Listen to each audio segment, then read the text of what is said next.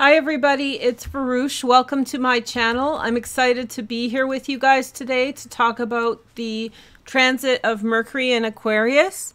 This video is coming out on Valentine's Day, so happy Valentine's to everyone. I hope you can be my Valentine, and I'm excited to be here. I did film a Valentine's special, not because Valentine's is particularly astrological, but because the astrology is nice at this time and it coincides with the holiday, so I thought it would be nice for you guys to hear about that. The readings themselves, in part, especially Virgos, got a little bit heavy-handed, and I'm sorry about that, but I always strive to be honest, and I always strive to tell you guys, you know, what I see, so that, so it's constructive.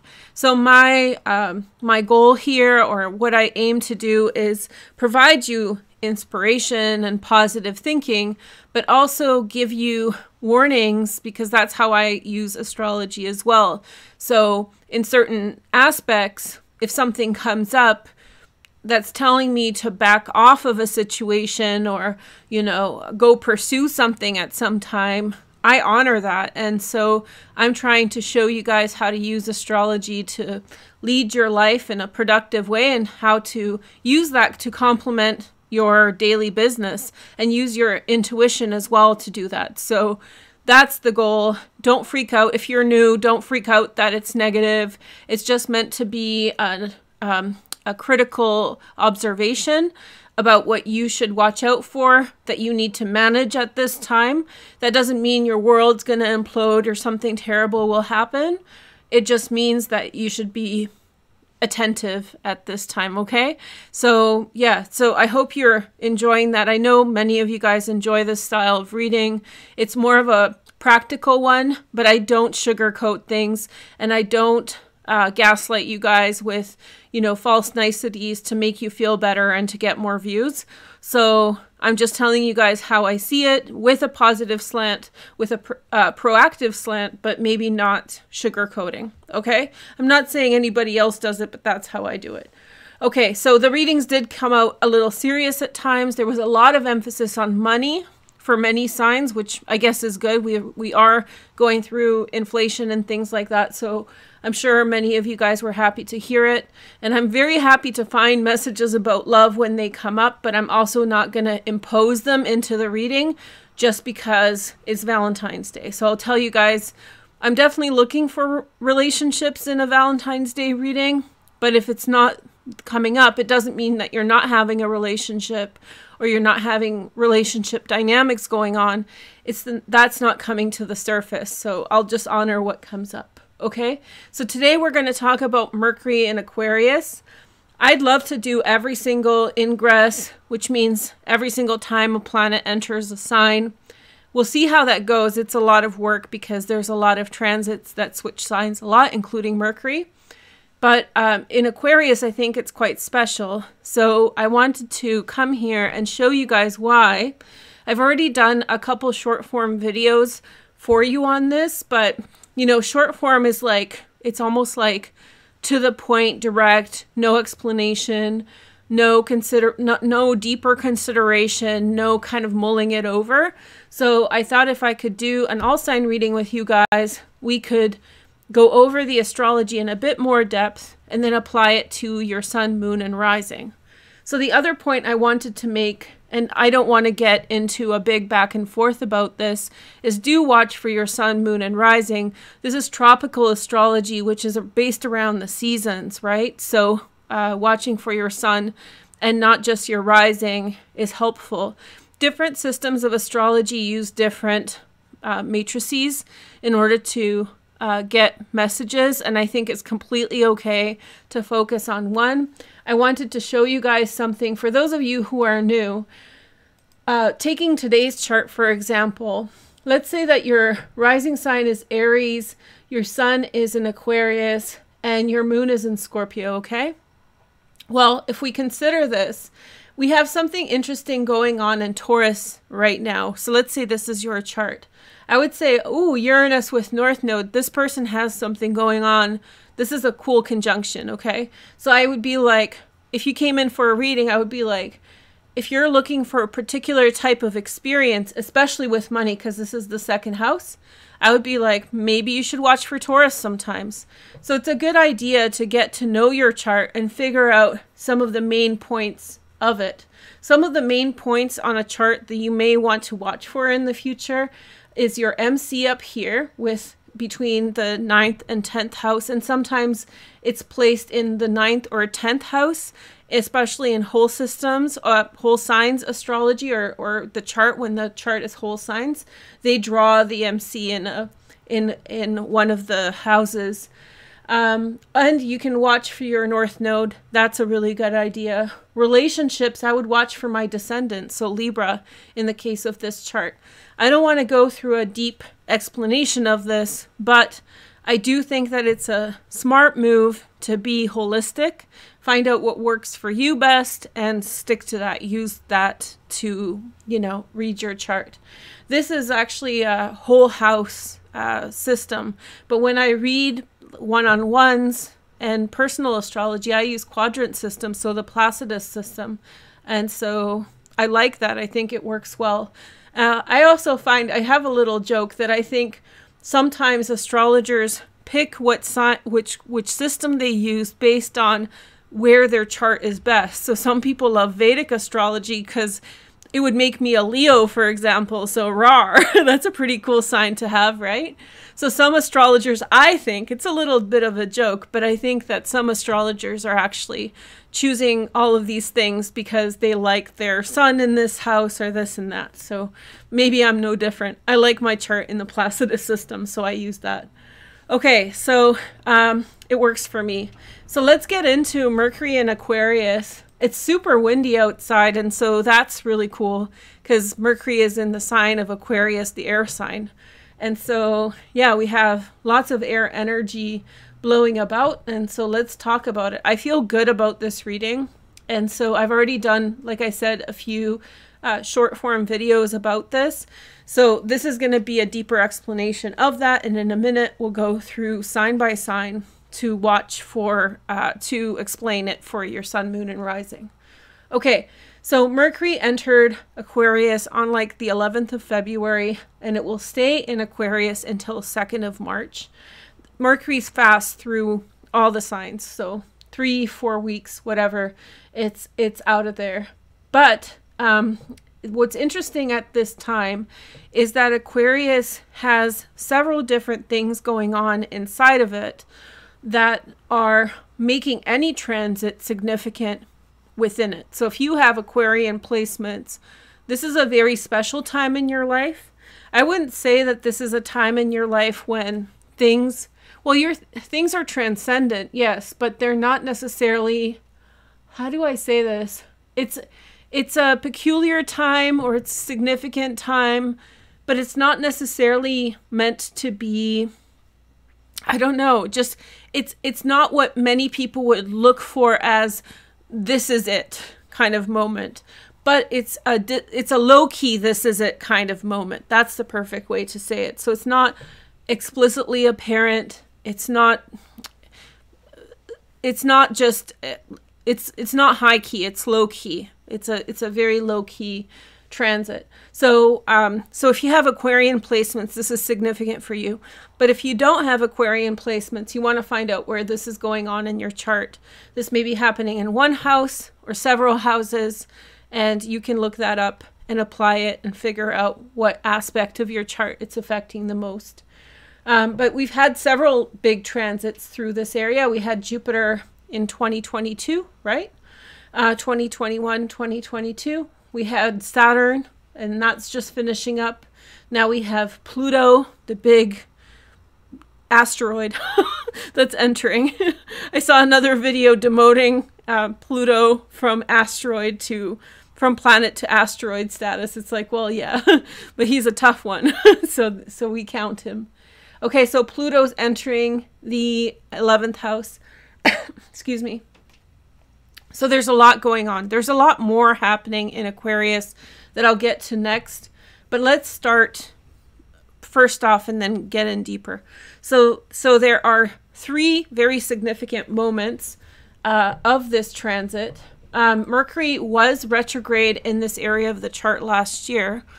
So from 10th degree into Capricorn, it performed its retrograde motion. And so this is the first time, or technically the second time, because when it went direct and went over this area, but this is a year after. The next transit that doesn't have a retrograde in it is transiting this area of the chart. So again, if you don't have Aquarius placements, look to where this is in the chart, 0 to 10 degrees Aquarius. And so certain circumstances may be revisited or getting a second chance because Mercury is going over that area. Conversely, if you do have placements in 0 to 10 degrees, it's probably deeper than that, and there's more significance correlated with the transit that you have there. All of you who have Uranus in Aquarius, that's a really cool transit, so you might be really feeling that. That's a generational transit, so I thought that was interesting. But that's not the 3 transits that I want to talk about, so let's get into it. So the moon right now, because I'm filming this on the 13th, is in Scorpio, but it will be in Sagittarius by the 14th. And so this will be a positive aspect overnight Pacific time. All of my times are in Pacific, to Mercury in Aquarius. That's a sextile. Sextiles are interesting. They're nice in and of themselves, but they're nicer when they have complementary nuance to them, when there's more going on than just that. All astrology is better when you can see it from a more complex set of symmetries, right? So the moon is aspecting Mercury here, and that's nice. That's a real opening portal energy, opening the gates sort of energy, beginning stuff. But what I really like about this position is that this is the position at which the moon is closest to the Earth. So the Earth, the moon is not necessarily orbiting the Earth in equidistant amount. So it's not like, if this is the Earth, it's not like a perfect circle. It's kind of like this. So it kind of is close at times and a little bit further out in not like that, but it's a little bit closer at times and a little bit further out in other places. So that it's kind of like this. Imagine the orbit being a little lopsided. And so sometimes it's at what's called an apogee and sometimes it's at perigee. So here the moon, not Mercury, is at perigee, so it's a little bit closer. And the moon governs, depending on what astrology you follow, the mind, it follows the heart. It's just the self, right? It's a very intimate part of us. And if you're watching for your moon, big thumbs up. I've become a convert. Vedic astrology uses the moon as the primary transit connected with the mind. And I think it's a really beautiful way to look at it. And so the moon is deeply intimate. So it's not so much explicitly about what's going on in our life, but it's the blueprint. It's what's going on inside. And as we all know, what goes on inside happens outside too, okay? So we have this position here at which the moon is closest to the Earth. What does that mean? It just means where we feel most at home or most grounded or rooted. The connection between our outside world, which is our life on Earth, and the self is very, very close together here. So I like this. So the moon's perigee, its closest position to the Earth, is here. And this is where Mercury is. And so Mercury and so Mercury, sorry, I got kind of wrapped up in an idea. And so Mercury is closest here. So what's happening? The moon's orbit is about once a month in every single sign, 28 days. And so the moon connects with this position once a month. So as Mercury activates it, brings communication to something that's close to ourselves, the moon will soon transit over this position and activate it. Within a couple days, the moon will be in Aquarius. And so we have this sextile that forms tomorrow. And then in a couple days after that, the moon will be there. And so this will really root something or bring out something that is so close to the connection between yourself and the world around you and bring something truly authentic out in the form of communication, because it's Mercury here. So this is an exciting transit, and, you know, just a little bit food for thought. By the time next year Mercury is in Aquarius, this is not going to be here. So next year, the closest position of the moon will not be in Aquarius. So by the time Mercury comes back, it's not going to be in this position. So you get one go at it. So especially those of you who have Aquarius placements, and especially on the cusp of Capricorn here, it's like so close to home. And so that's cool. And so wherever that's in your chart, you're being very authentic. You're having those authentic communications. Actually, in my Valentine's Day reading, I think I mentioned this already. So this is just a deeper explanation when we're more focused on Mercury rather than Valentine's, right? So you're having this authentic personal communication with others. You're saying what you mean, and it's really true to form. So it's like precision, right? Precision with your words about what you truly want. You want to use this transit over the next couple days to initiate, and other people will be doing that same with you. So if you don't have much to say, maybe somebody is saying that to you. Maybe somebody's telling you their take on things and they're letting you in. So, you know, good communication. So rare, this is not going to happen again for a while. And so yes, for another, hold on, it's going to happen next year. I got carried away. Sorry. It's going to happen. But it's, oh, but at the Perigee, it's not going to happen for another like 10 years. So Perigee and Aquarius, not for another 10 years or so. But so it's an opportunity to grow. Okay. So that's number one, Perigee of the moon, and the Mercury is transiting it, activating it. By next year, Pluto will be here, so it's going to magnify it more. So whatever be very careful with your words. Be very careful with what you are saying to others and what you are actualizing, what you're bringing forth. Okay, mindfulness. The second transit, and it happens right after February 16th. Mercury will move up in the chart and will bend the nodes. So it will be squaring the nodes, the midpoint of the eclipses. You've heard me talk about this a lot. And so this is in a sequence of squares that the nodes formed with the planets since last year.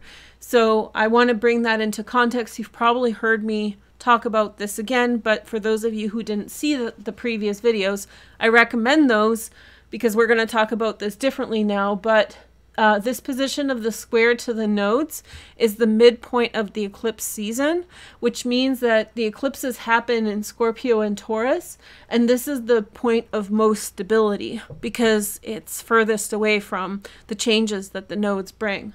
And so Mercury is going to be in this position, and with that, communication will come out about something that the eclipse changed, right? Whether it's the Scorpio eclipse or the Taurus eclipse, there will be some type of actualization of a conclusion that was reached by those eclipses, that those eclipses were working on. So, so this is a part of a continuum of other transits squaring the nodes, and I want to tell you what they are and the dates of them, so you can look back to those dates and see if there's a pattern between them. So let's go through it one by one. Okay, so the big awareness point is that Mercury is squaring the nodes between February 13th and February 20th. And so over that week, it's going to be an opportunity for you to communicate and bring into reality whatever it is that you've come to realize over the following pattern that I'm about to explain now.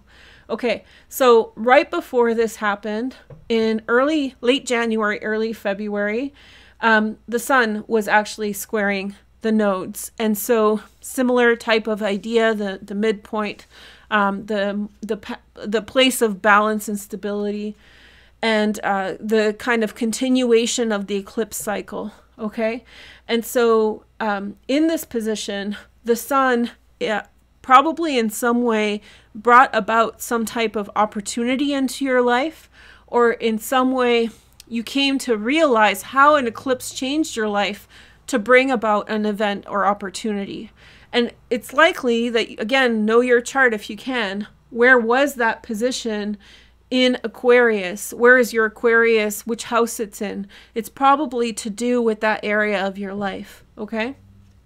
And so that happened towards the end of January, beginning of February. The last kind of day of that square was February 6th, so just a few days ago. So just recent memory. Look back, see if, you know, late January to February 6th, something important happened.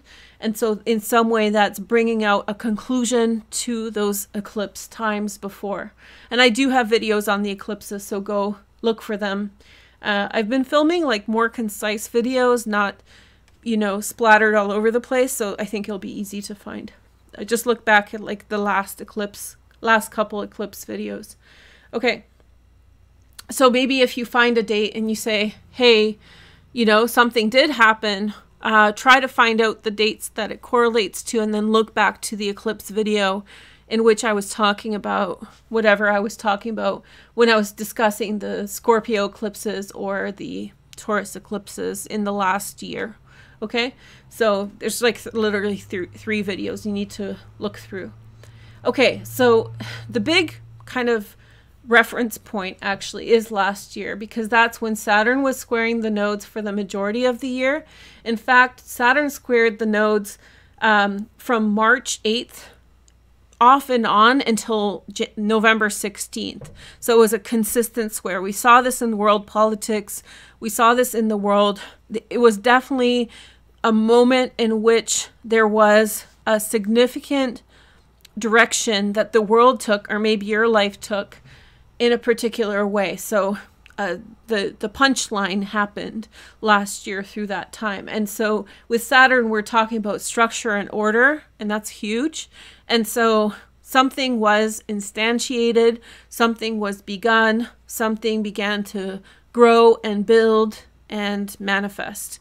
So look back to last year between March 8th through November 16th to look at what kind of order or structure built up in your life, and you'll see that Saturnian energy. Let me know if you want more clarity on this.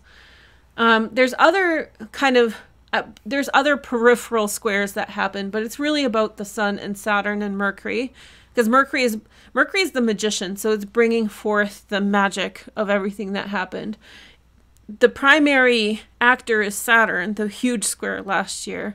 The secondary actor is the Sun as the powerful, you know, center of our galaxy. And then Mercury is the magician that's bringing forth the logical conclusion to whatever happened. So it's happening on February 16th, plus or minus February 13th through the 20th, okay? So the other peripheral bending of the nodes or squares that happened, they were Venus, which happened in March, April, and August, so meandered a bit in 2022. And then in January this year, between January 6th and the 15th, 2023, this is when you may have had an emotional reaction to what happened. So you had some kind of visceral feeling, you suddenly had to act, you suddenly had to move. This may have been an emotional low point that you were rebounding from. So you were rebelling against what was on an emotional level. I wouldn't be surprised if that was true for many of you. The other transit that squared the nodes was Jupiter, and that was at the beginning of last year, January 1st through the 21st. So we started the year with that energy. And so, again, that got the ball rolling. Something pushed something during that time in a positive direction. Something started growing, and consequently, all the other transits we talked about, kind of like a domino effect, started happening. And the last one was March through April 2022, and that was Mars squaring the nodes. We all know what happened in the spring of last year. I don't want to get overly political, but what happened, and I think that when we're looking at the transits of last year, you know, Venus, Mars, Saturn, the sun, but that happens every year. Mercury last year, March 3rd through the 11th. This is when it was squaring the nodes in Aquarius. We saw what happened in the world, particularly with conflict and state power.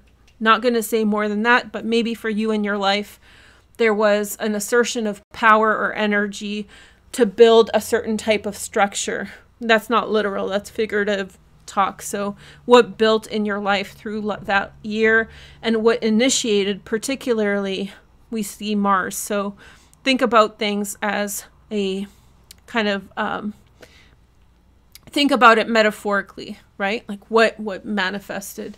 And so Mars squared the nose between March and April of 2022. So just to remind you, February 13th through the 20th, because I gave you a lot of dates, Mercury squares the nodes. And so the consequence of everything, the communication of everything, is coming out now. So there's a lot more being said. I think that probably we've been kept in the dark about a lot of things. So now we see balloons being shot down. I think that there was much more to that goes back to then, but I don't want to spread conspiracy theories or something like that. But it's important to acknowledge that information has been kept from us. And while Mercury does this, I think we'll find out more about all this. You know, 4 balloons being shot down or whatever they are, it just doesn't happen magically. So, and maybe in your personal life too, the truth comes out about something, or something becomes more apparent, something is finally said in a relationship, all of that stuff. Okay, and so the last major aspect, so we did first was the closeness, the moon's perigee, right? Mercury being in the moon's perigee, the closest position to the Earth. The second was this square to the nodes, which is the last big transit of this North Node and Taurus business, which is so significant. And then the third major observation for Mercury and Aquarius is the conjunction of Mercury and Aquarius, Saturn and Mercury will conjoin in Aquarius at the anaretic degree, the 29th degree on March 2nd. So as Mercury enters Pisces right before, Saturn will be entering Pisces on March 7th, and they will join together on March 7th, and that's significant. This is the last time they'll join together in Aquarius for about 27 years. So because Mercury rules Aquarius and Capricorn, this is the end of its transit through signs that it rules, and that's very significant. So whatever's happened in the last 5 years, it's culminating. Wherever we've built our lives, wherever we've built our world, it's coming to its conclusion or its outcome. So whatever effort you've put in, wherever you have taken your life, you're reaching a pinnacle here as Saturn leaves Aquarius, whatever it is. And Mercury at this position, again, will communicate what that is. So you will see by March 2nd, maybe the 1st, the 2nd or so, before Mercury enters Pisces, you will see some significant communication of what is, what the theme of your life is, what the meaning is. Okay? So I know that was full of information. Now you can see why I wanted to do another reading with you guys. And so what I wanted to do now is bring that observation to you guys for every single sign. So let's talk about it and find out what that is. I'm going to use a 3-card spread. Just keep it simple. And before we go, I just wanted to remind you guys, thanks for the likes and the comments. I've been away for a while, and so in order to tell the algorithm you're interested, a simple hello in the comments, a little like. I appreciate all the kind words, but whatever you want to say, you can say something funny, you can tell me a joke, whatever you like. But by indicating to the algorithm that you're interested in the video, of course, watching it, coming back to my channel tells the algorithm that you like it. And so, yeah, please do that. Engage the algorithm and get more stuff from me, because if you don't, it's likely that you won't get my videos after a while, because the algorithm will suspect that you're not very interested. Or if you scroll off and you don't like and you comment, if you don't comment, then the algorithm may say, oh, they don't like this stuff. So yeah, so engage the algorithm. Also, you guys know I'm doing shorts. This is the last one. I'm making short videos. Low key, I'm looking at the short videos to see which ones you're responding to the most. And I'd love to do these readings for you guys based on what you're interacting with the most. So if I do a short and you're super interested in it, comment on it and like it so that I can see. And if a ton of you guys say, I like this topic or I want to know more, then I'll be happy to do an all sign and we can focus on that. I still will be doing all signs based on where I think the astrology is important. But meanwhile, if there's a particular topic that interests you, let me know through those shorts. And then I'll know, oh, that's what they want to see more of. Okay? All right, half an hour. I was going for 15 minutes, but I don't think you can go through all those transits and cover them in 15 minutes. So I'm going to be referring to those transits by your sign now. So if you're watching this part, you may want to watch the astrology or you may not know what I'm talking about, okay? Because I explained it all in the collective. All right, so first is Capricorn. Hey, Capricorn, a nice Ouroboros, a snake eating its own tail, which is very emblematic of Saturn in Aquarius. It's reached the tip of the tail and it's beginning the cycle again, right? So yeah, so without getting too metaphorical, I feel like I'm lost in thought today, so just be patient with me. Okay, so Capricorn, Sun, Moon, and Rising. So let's talk about what Aquarius, oh, that was not Aquarius, sorry, for Capricorn. So let's talk about what this means for you. It actually is the low point for you financially. Honestly, you've reached some cathartic moment at which you will move up from here. And I've been seeing your readings and you've been successful, but this is beyond just like how much money you have. This is more about the conclusions that you have reached or the awareness that you have achieved.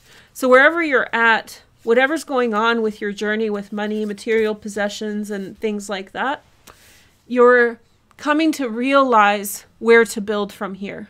So you're already starting this journey. And so all of these positions that we were talking about are in your second house. And so they're magnifying from here. And there's going to be a lot of growth and potential and, it's transformation from here on in. I feel like many of you are restless in what you've achieved.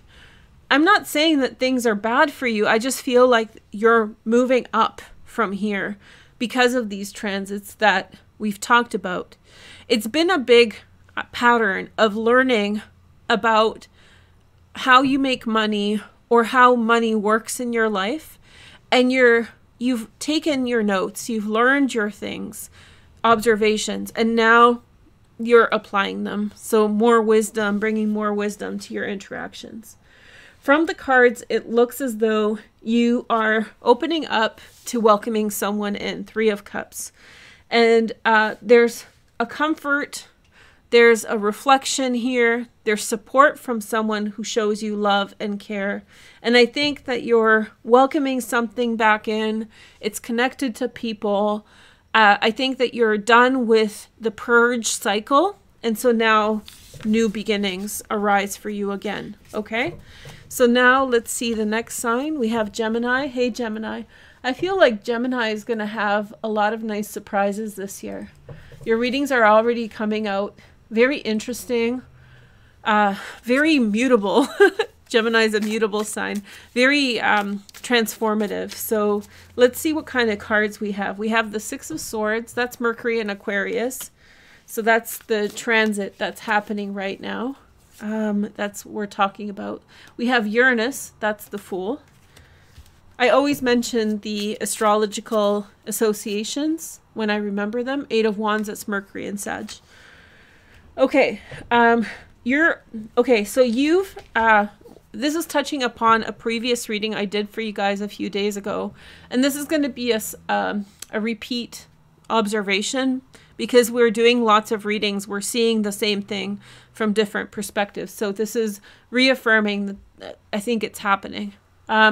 This is closure, right? And so I think for you, the Capricorn transit, we talked about this, was probably one of the most intense transits that anyone had. So people with Gemini placements had the most intense transit because it happened in the 8th house of transformation. So especially from like 2019 to 2021, holy moly, that was a lot. And so now you've taken a few years of closure, and there's different degrees of this, but you're reaching it. And so this 6 of Swords to me is referring back to that. And as Pluto is transiting into Aquarius, right? And it's at this moon's perigee, the closest position that the moon is at. It is very visceral for you. It's a huge cathartic closure event, a new beginning, and you're about to tell the world, your environment, whoever is around, how things are beginning for you in new directions. I think that the fact that Saturn is crossing your MC along with Mercury within a few days' time, something in your life is coming to surface and something in your life is really expanding. So wherever that expansion point is happening for you personally, whatever's going on, whatever's growing and manifesting, you should very much put a lot of effort into that. Rejoice. Something is magnifying in the best possible way. You're being taken in a new direction. Embrace that. It may not be perfect because it's Saturn. Saturn has a seriousness about it. So it's not like fluffy like Jupiter, like wee. It's not like a, happy-go-lucky time.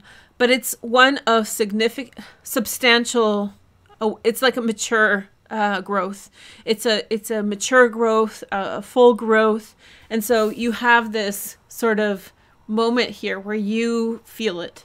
You can feel it, and you know that the tide is turning and that you can say goodbye to the past. So very beautiful energy for Mercury in Aquarius.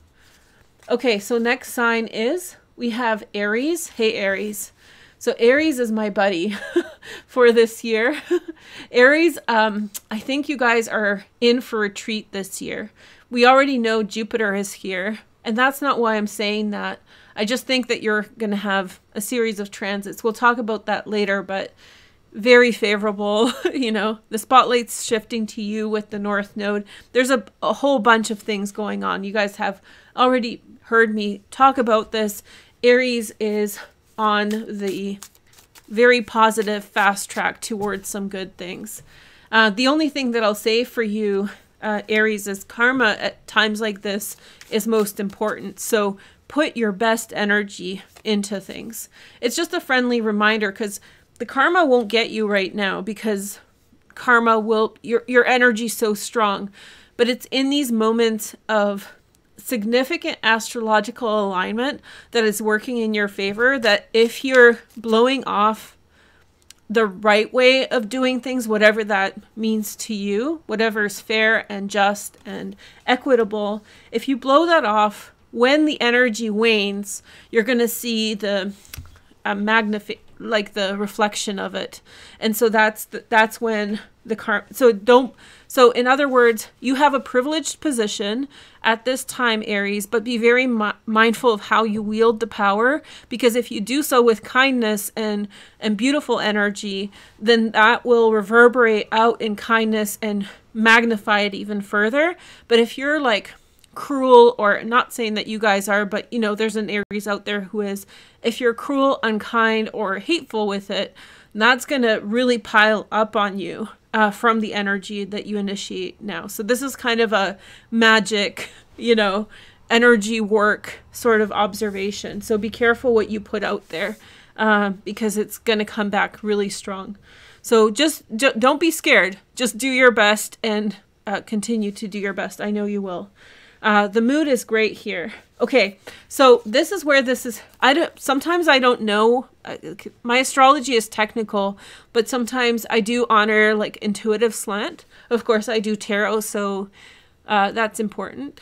And so sometimes I wonder, like, why am I giving this observation for this sign or whatever? So when I look at this, the Five of Wands, I was saying that pure intuition, my advice about karma and all that. But we have the Five of Wands here. I think you're going to be challenged in some way. And it'll be an obstacle that's easy for you to overcome at this time. But be very careful how you overcome it so that you do not burn yourself in the long term. Because right now you'll burn through it really well and you'll progress. But later down the line, it may not manifest. You may not be in such a positive light energy, astrologically speaking, as you are now. So do so with kindness. Whatever obstacles, as this energy is ramping up, you will experience people getting in your way. People get insecure and they, react in a poor way. So do not understand where it's coming from, that it's intimidating, that you're stepping into this really powerful, positive energy. And so as they are showing you attitude, don't come at them with attitude back. Come at them with sympathy or compassion, even if it's frustrating. Okay. So we have Gemini here, the Lovers, and the Three of Cups. This could be like going back to a relationship for some of you, or reconnecting with someone, or trying to get in the swing of things in terms of relationships. I always want to remind you guys that relationships, the way that I see it, can be a multitude of experiences. It can be a friendship, or it can be marriage or partnership, love, romance, family. So you need to figure out where that fits for you, because everybody interacts with others in their particular way, and there's no right way about it. So I think that there's twofold. There's either a relationship that you're trying to revisit, someone who you loved a lot in the past, but there's a lot of struggle and conflict in that direction. Or you are trying to get back into the swing of things, get back into dating or whatever else. And again, you're feeling in some way not oppressed, but it feels like a hurdle. So you want to push past this energy. And when we focus on this Aquarian section of the chart where we talked about all these transits happening, this is pinnacle of friendship. So again, the relationship here this is really talking about love, but for not all of you, because not all of you want that, or not for all of you that's relevant. But here, this astrology is pointing to friendship, companionship, solidarity, all those kinds of things. So I don't know what's driving this, Aries. It's sincere, whatever it is. It seems as though the method is a challenge. Like the how is the problem, not the what. So you figure out what you want to do with it. But I will tell you that I think it's very sincere.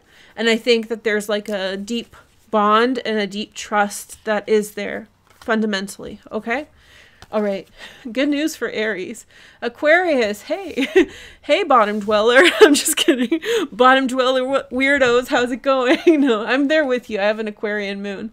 I don't mean to repeat myself, but sometimes I say like a joke and I remind people who are watching. So anybody who's watching that's new can know that I'm not making fun of them.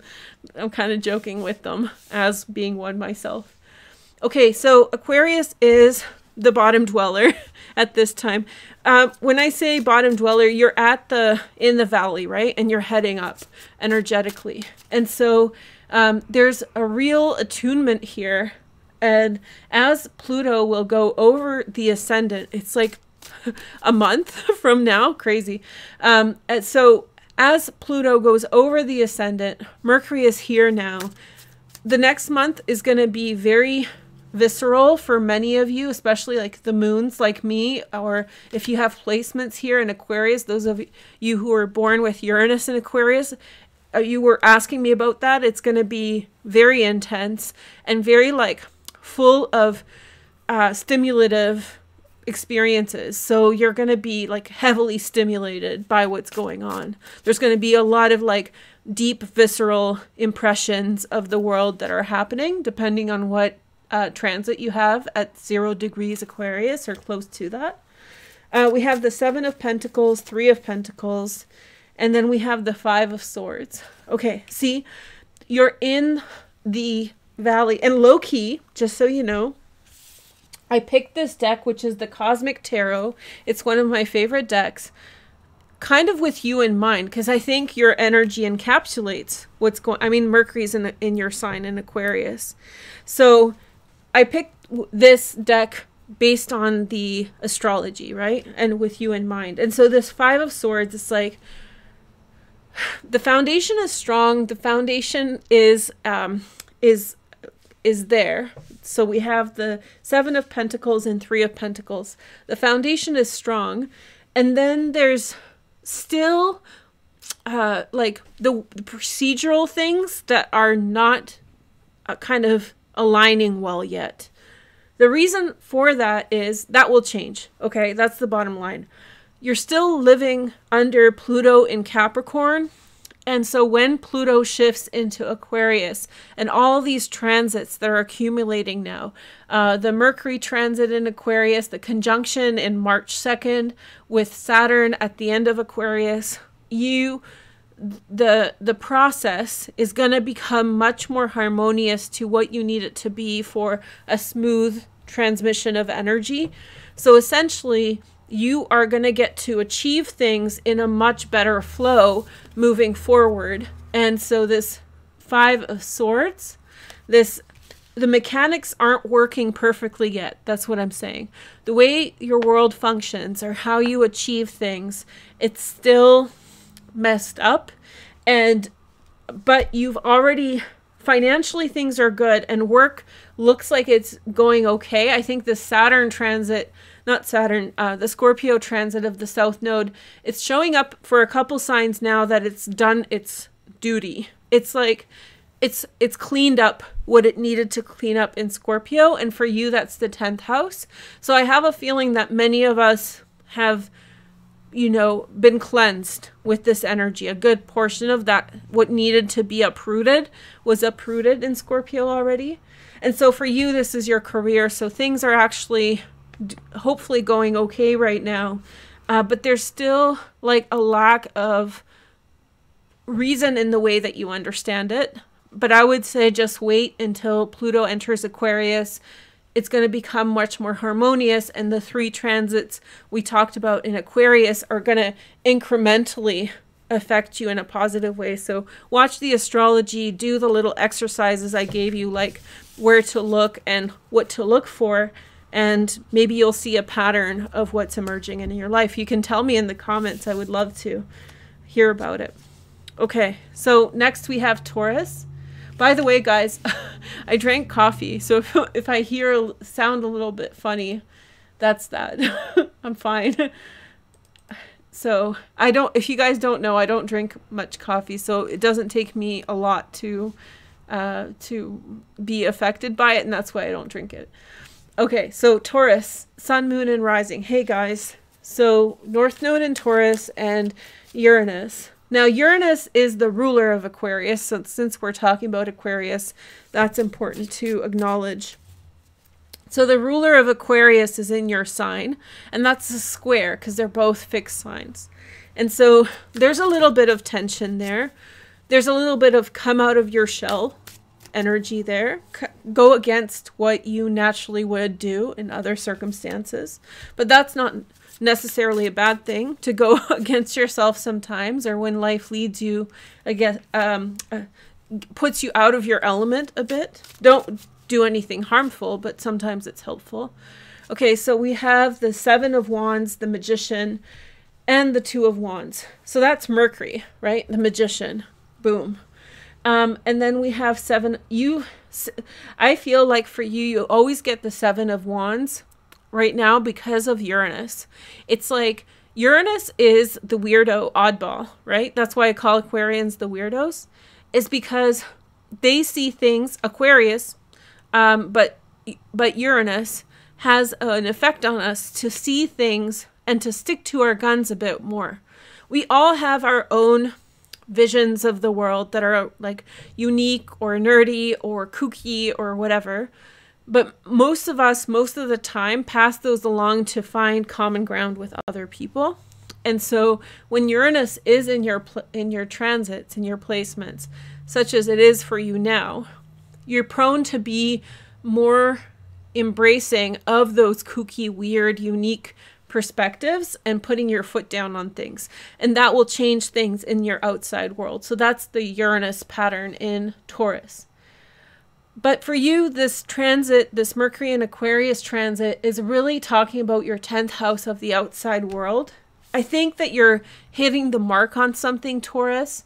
I think that with Pluto going over the ascendant, the perigee of the moon being here, and with Mercury aspecting it, and also this nodal square that we talked about, the conjunction of Saturn, depending on how much you've leaned into it, and I've been telling you guys about this for a couple years now to do that, depending on how much you've leaned to it, how successfully you've done that, how much you followed your unique perspectives, at this time as Mercury is going through these transits, it's probably bringing out some kind of outcome in your everyday life, in your public life, and in your interaction with others. So, you know, whatever it is, whatever you stuck to your guns about, and maybe multiple things, right? This is a pattern or a vibe. You're going to be seeing the righteousness of your actions, or you're going to see your unique perspectives validated in some way. So you made a decision to do something a certain way, and there's going to be a pat on the back for you about whatever it is that you chose to do. That's pretty exciting. Okay, so next we have Scorpio. Hey, Scorpio, we were just talking about you. Look at this glow. This is so interesting, these cards.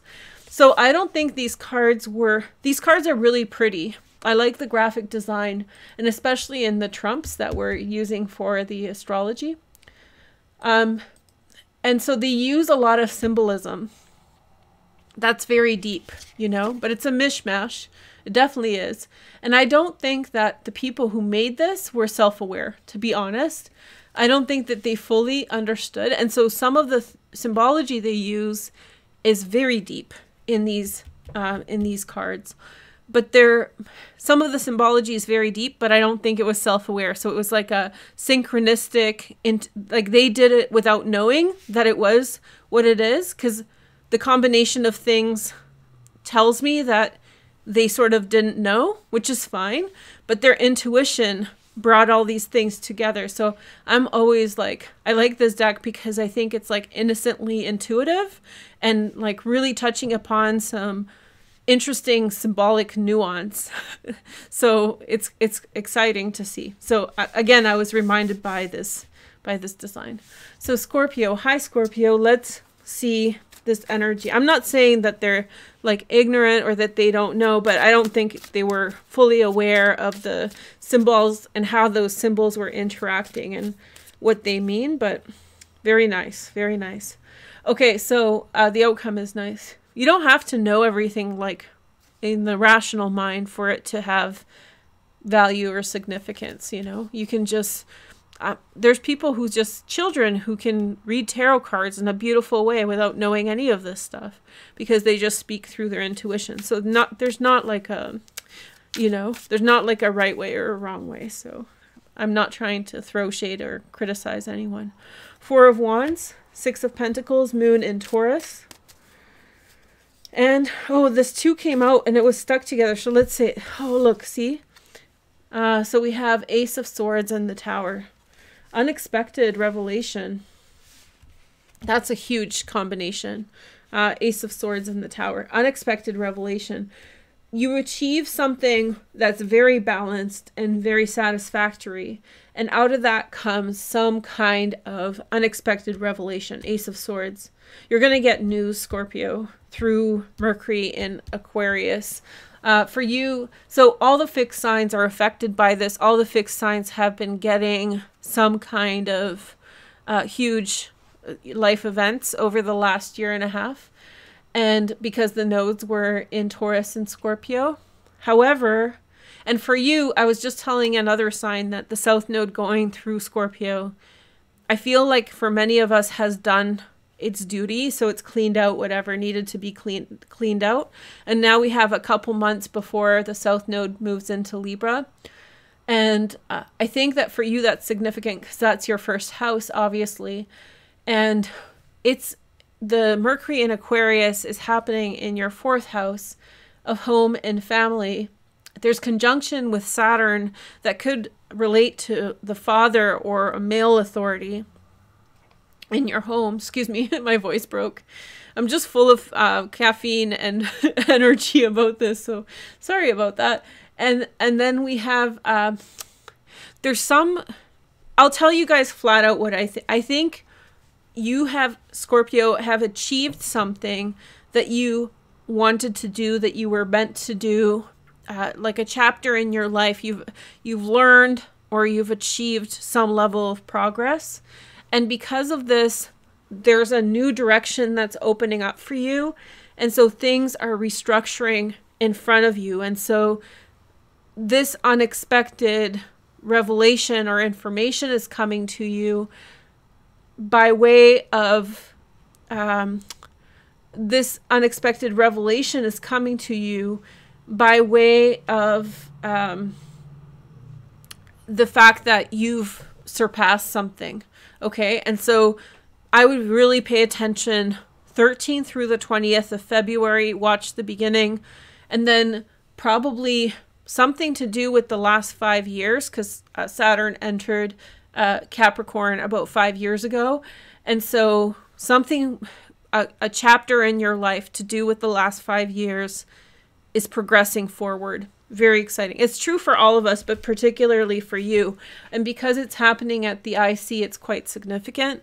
So it's very exciting. Like you're pushing past something. And this actually, I should correct myself, could actually refer to something like 3 years ago. Significant life event that happened 3 years ago.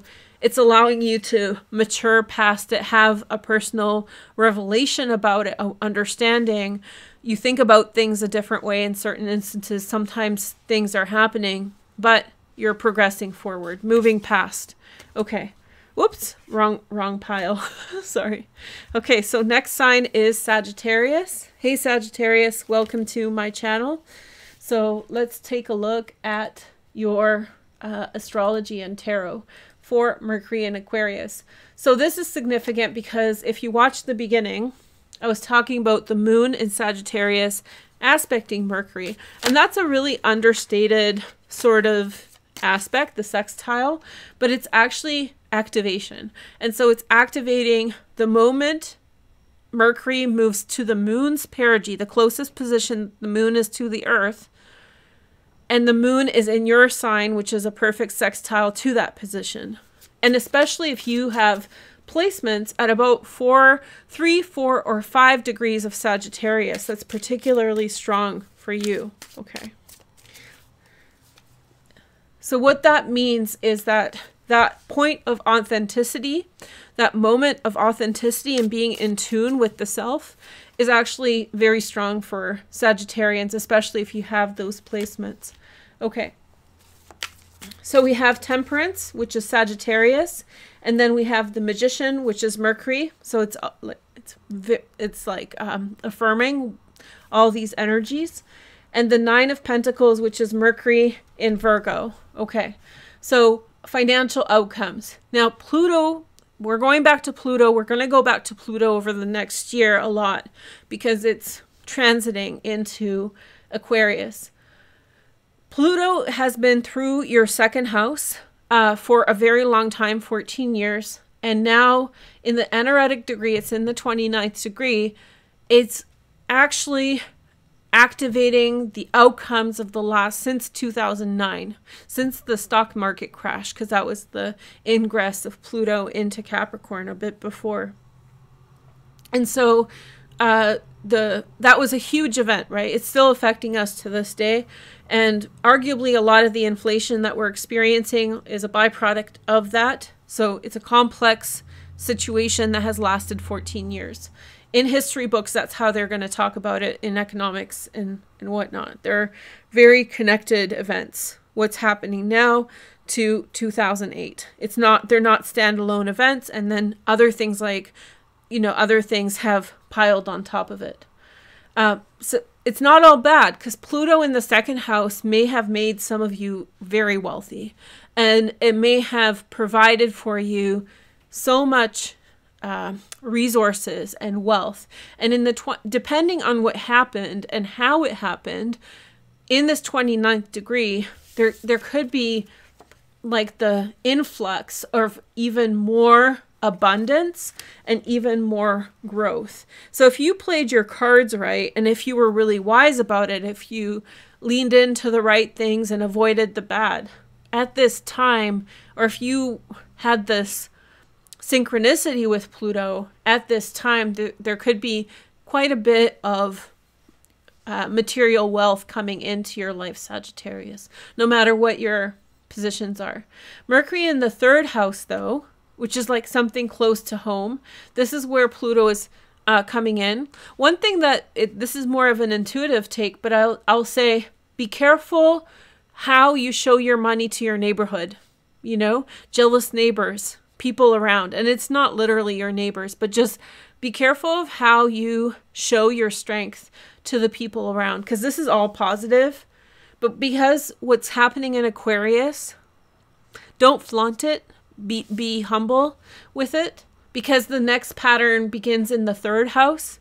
So you want to make sure that your immediate environment is well taken care of, including the fears or jealousies of other people that are near you, right? That could be looking over the fence at, you know, your new pool or whatever, your new barbecue, whatever you've got going on. So yes, and not everybody's going to get wealthy off of this, but overall, you had the Pluto in Capricorn, you had the transit for money, okay?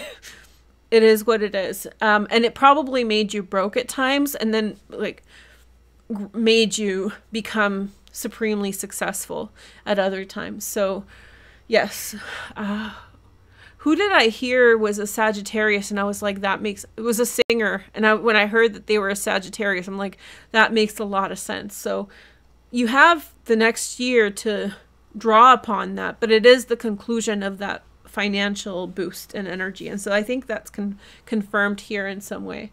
The Mercury in Aquarius, it's that, how are you going to apply that now? Don't step on any toes. And how are you going to make it work for you moving forward? So these are the transits in the third house, including the conjunction with Saturn on March 2nd. I think that's very important. So in other words, I think that this Mercury in Aquarius for Sagittarius placements, it's about prepping you for the road ahead when Pluto enters Aquarius. I think you more than anything, and it's going to start touching upon your IC, which is like early childhood, personal things, you know, early onset things. So be very mindful that it's going to touch upon significant patterns in your life to do with other people, siblings, cohort. And so you want to not be naive into this next phase, because I'm getting like things like jealousy and people looking at others or looking in their pockets or whatever else is going on. It is usually the worst with the people who are closest to you or in your neighborhood or in vicinity, right? People far away don't notice each other, but people close to each other start to like peek around, right? So, and that can be in the physical space or emotional or whatever. So you have a strong, really strong outcome here financially, good financial outcomes, and like manifesting things, bringing wealth into reality.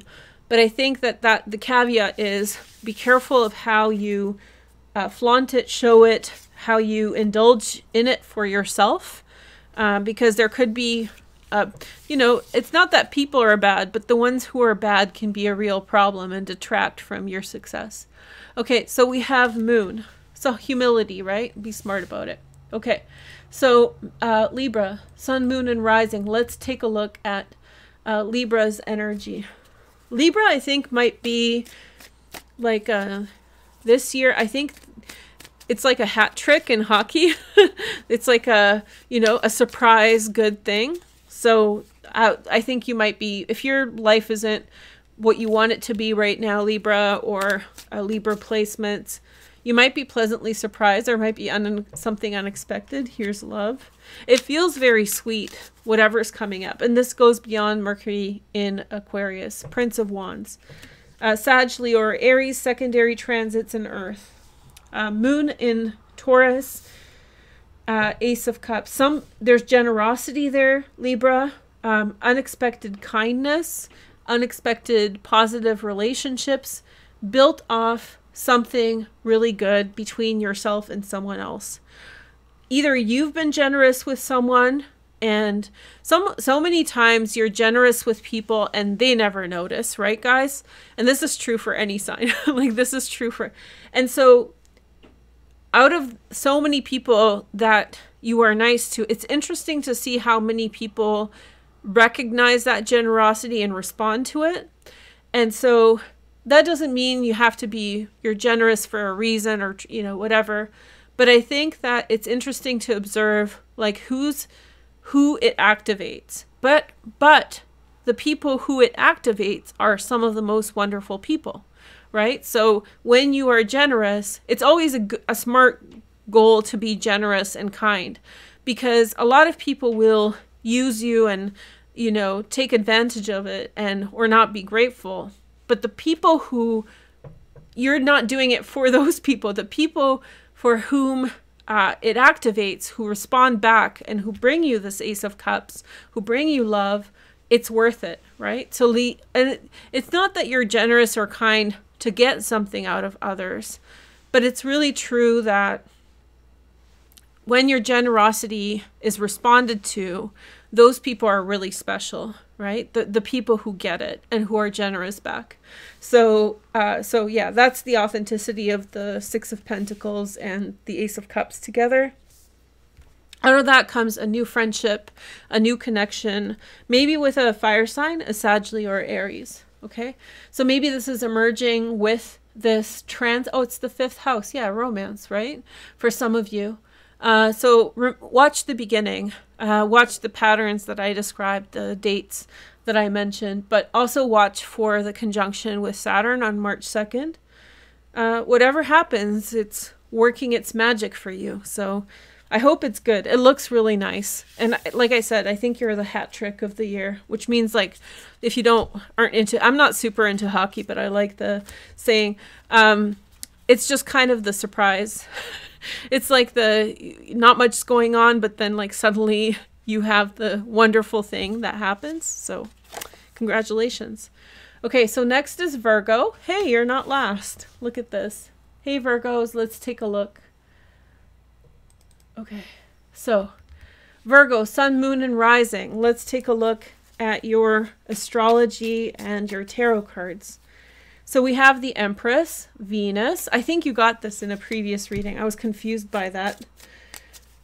And then we have the Magician, Mercury, that's Virgo. Virgo and Gemini, Mercury energy.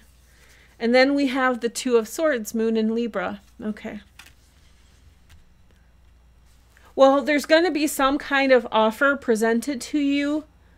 Either from a man or from a mother figure. So if it's not your mother figure, then it's a man of something. A man of something. I'm already thinking about the Two of Swords. If I jump to something else, it means I'm already channeling another energy.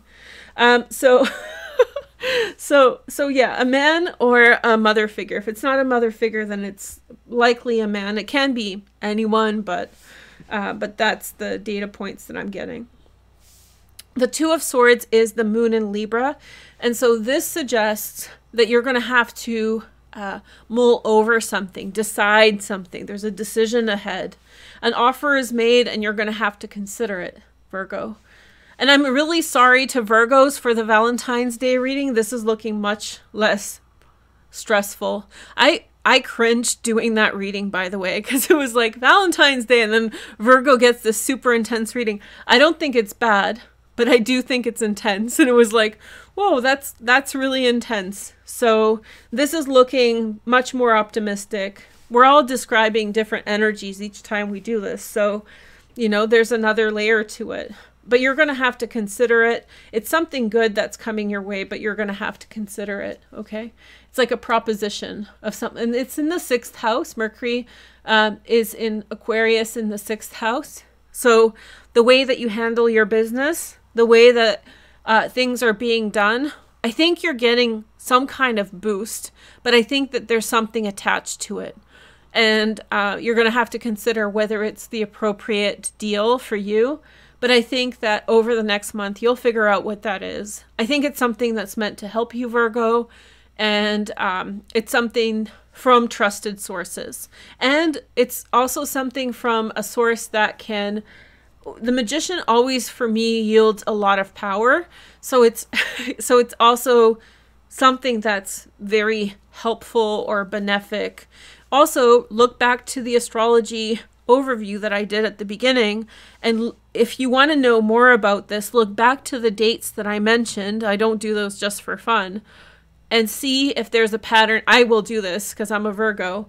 After I don't prep these, but I mean I do prep these, but the messages are intuitive, so so it's not scripted or something.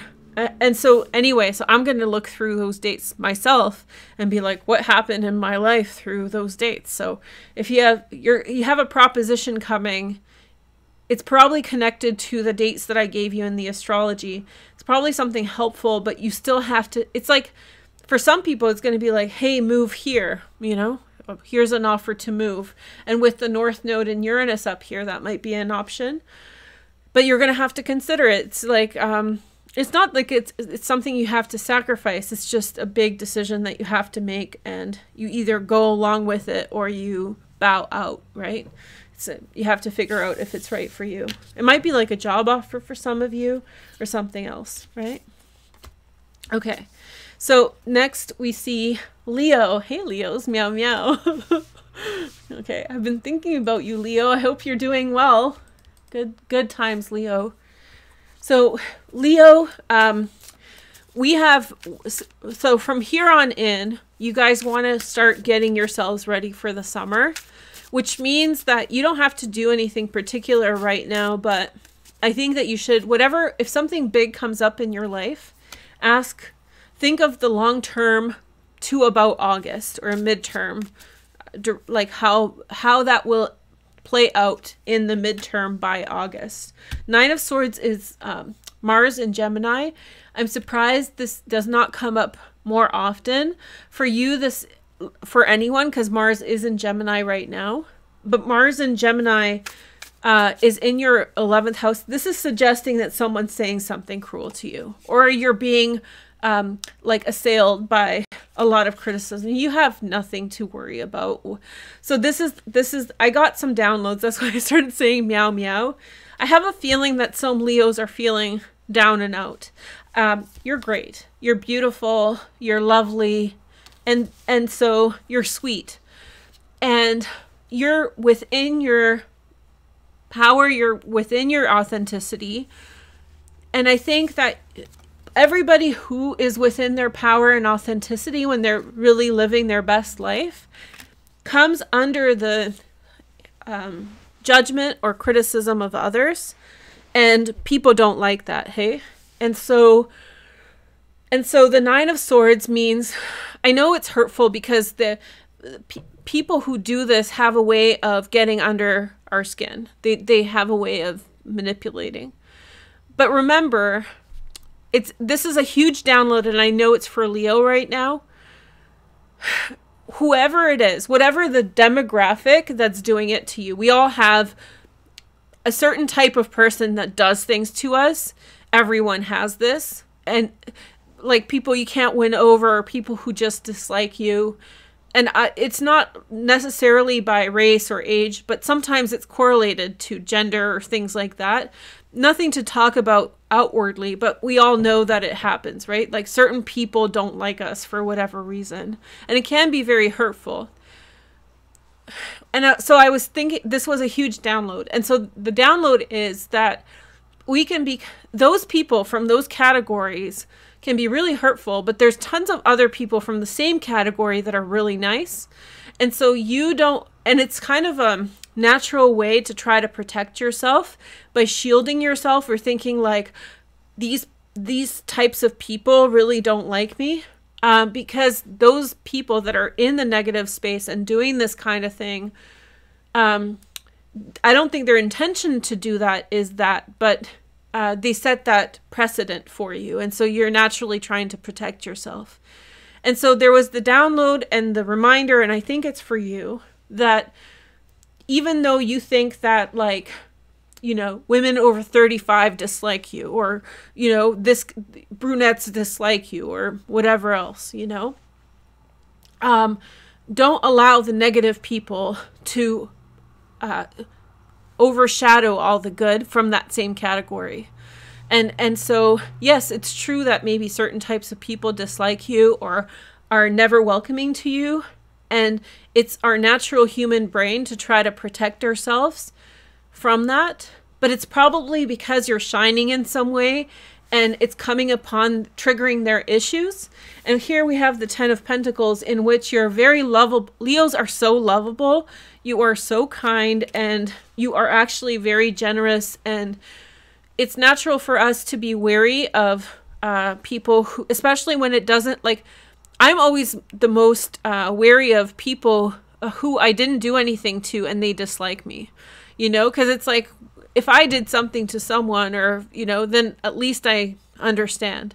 But if I never did something to someone and they're coming at me with that kind of energy, it's very, very kind of like unnerving, unsettling, right? So don't be unsettled by this energy, and you have good things to look out. I have a feeling that some of you may be under the pressure of it. Don't start reacting now to it, because when all these transits happen in Leo in the summer in August, you don't want to push yourself out into an unstable situation. And very soon there will be a very copacetic, very nice energy of a supportive nature. Okay. And so this is all about partnerships. Nice. This was just my intuitive hit, because I literally got this download a lot over the last week. And I was like, who is it for? It's not for me. It's nothing that's going on in my life. And I was like, who is this for? Now it clicked in, it's Leo. And so it's for you. The Mercury transit is in the 7th house, and we have the conjunction with Saturn. Just wait it out until March 2nd, and then also watch the astrology part from this, because I go over the dates. So look at those dates and see how that impacts your relationships, because then there's some type of correlation there. But like, the outcome is solid, right? You have solid people, solid friends. Don't allow the people who are hateful or unkind to you distract you from those solid relationships that you have. And the people who wish you well, right? There's tons of people who wish you well. The win is, the good is stronger than the bad, but the bad can be very loud, right? And distract us. Okay. All right. So Cancer, it's so fun when I have a download and I'm like, what's this all about? And then I do a reading and it clicks in. I'm like, oh, it was about this sign. It's so interesting. Okay, so Cancer, Sun, Moon, and Rising. So celebration Cancer, but we're talking about your 8th house, leading the way. For you, I would say that this transit of Aquarius Mercury is, all of it is forward looking, but for you especially, I think it's really telling you what the next several years of your life will be like. So look towards the next month until March 2nd and see what it's going to play out like, what changes happen.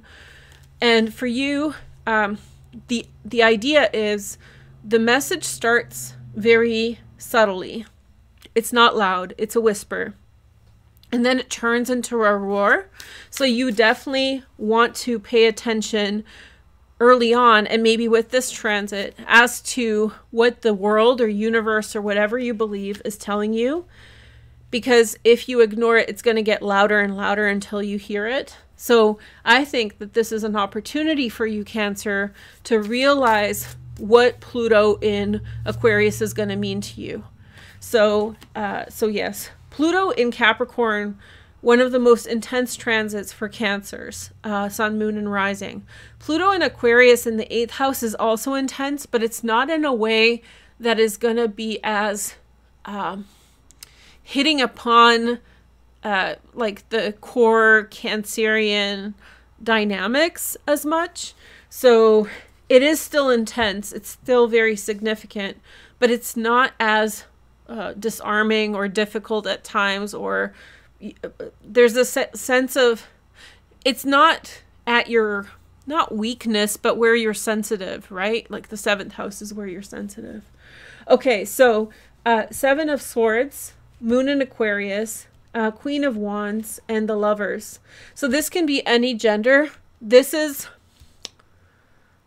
it's saying like, make your decision quickly and early and make a choice in the right direction.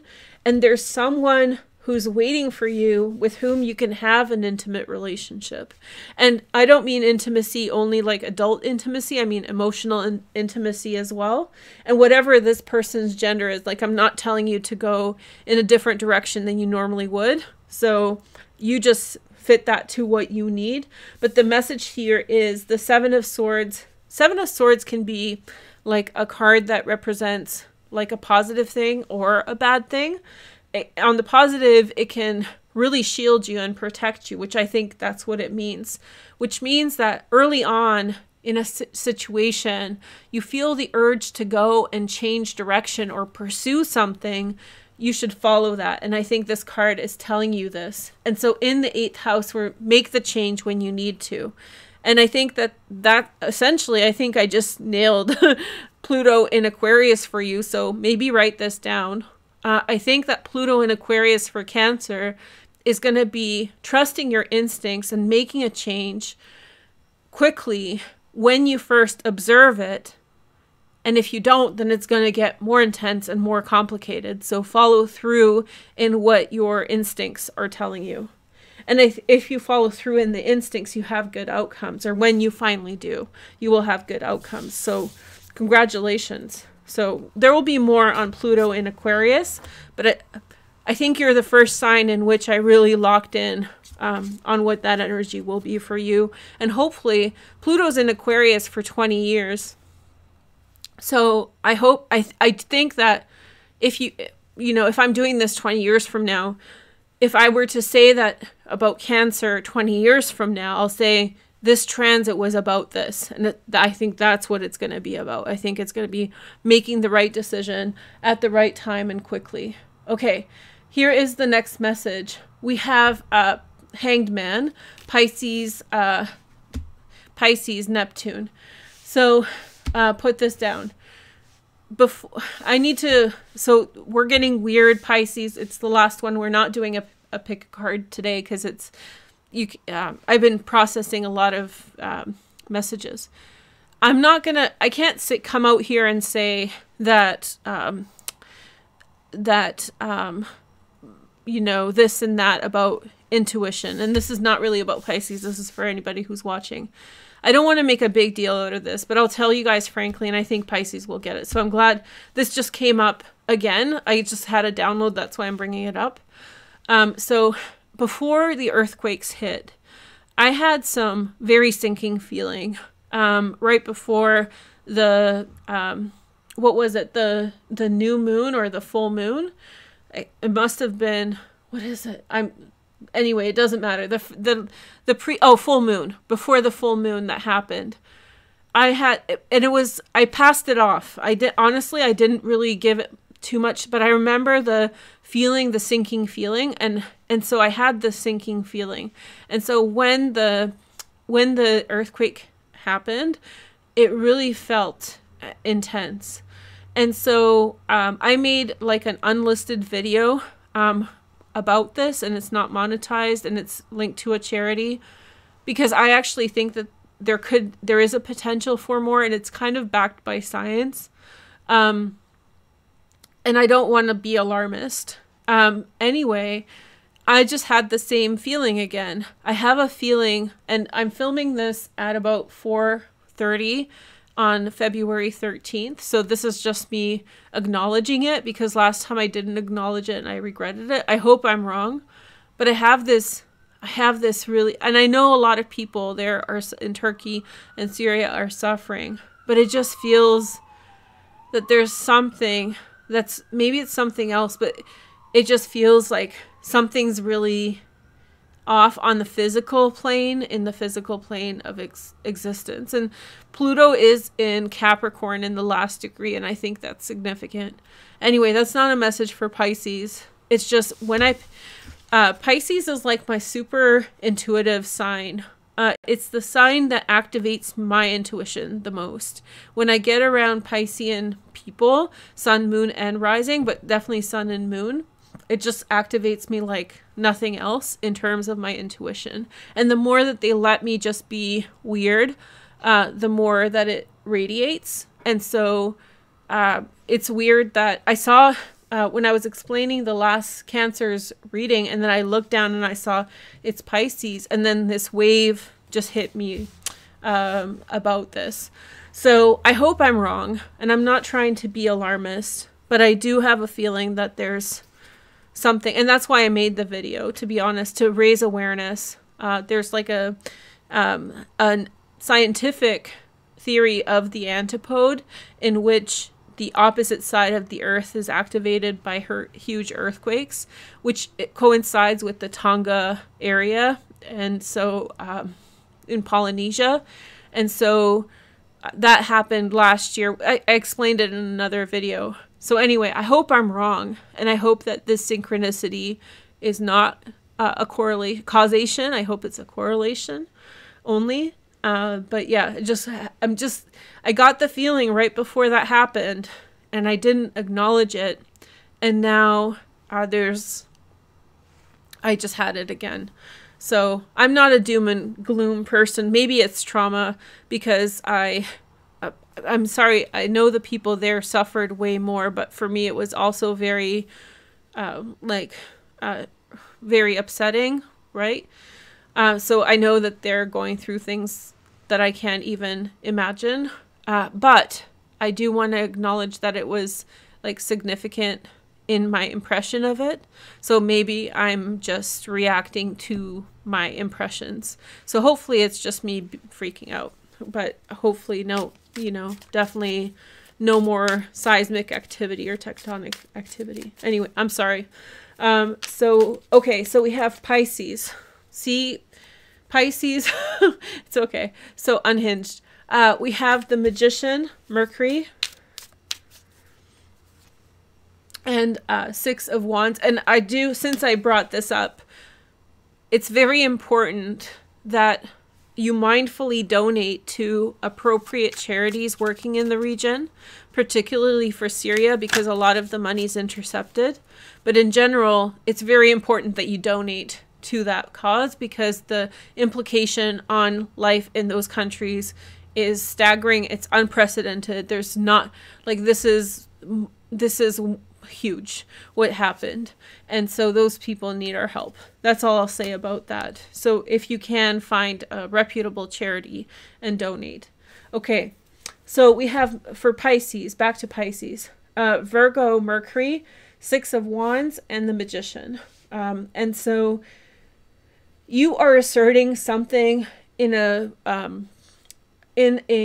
do with success. Something that you had initiated, Pisces, is going to be very successful, and it positions you in a successful space with other people that you already know. So established strength is reinforced. And so again, we're being brought back to Pluto. Pluto's really close to Mercury here.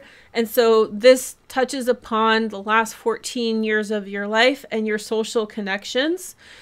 You have very strong relationships that have been born out of the last 14 years, and people have very strong respect for you.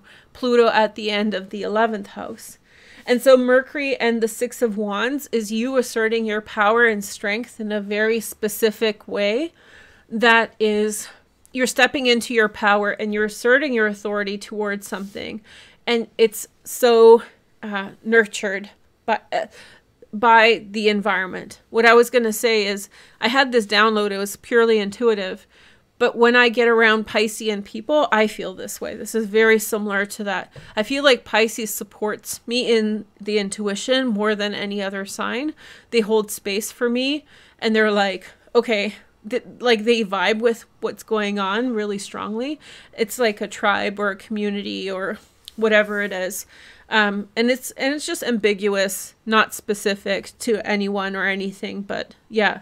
So it's a very similar energy here, in which we have the Magician and the Six of Wands coming into, it's like, you know, that you can assert yourself a certain way, Pisces, that it's going to be heard and received well, and that it's going to be in the space of a strong community and people that have reverence for you or respect.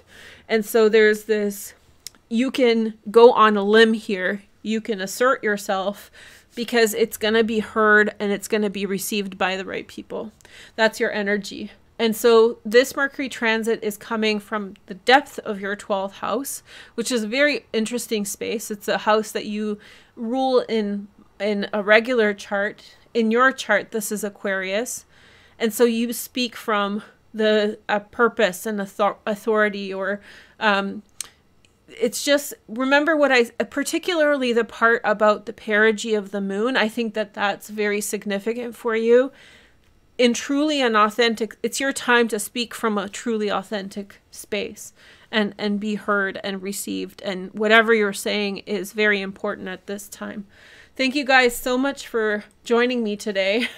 I had a little coffee if you're watching the end. So, sorry about that. Full of energy. But I hope you guys are doing well, and it's been really nice to be back. I'm glad most of you, or so many of you, are excited about these readings. I'm very excited to come back and do them for you guys again, and there'll be much more. We have a lot of transits coming up, and so you'll see me a lot over the next few days, and I hope you enjoy the content. Talk to you soon. Take care. Bye.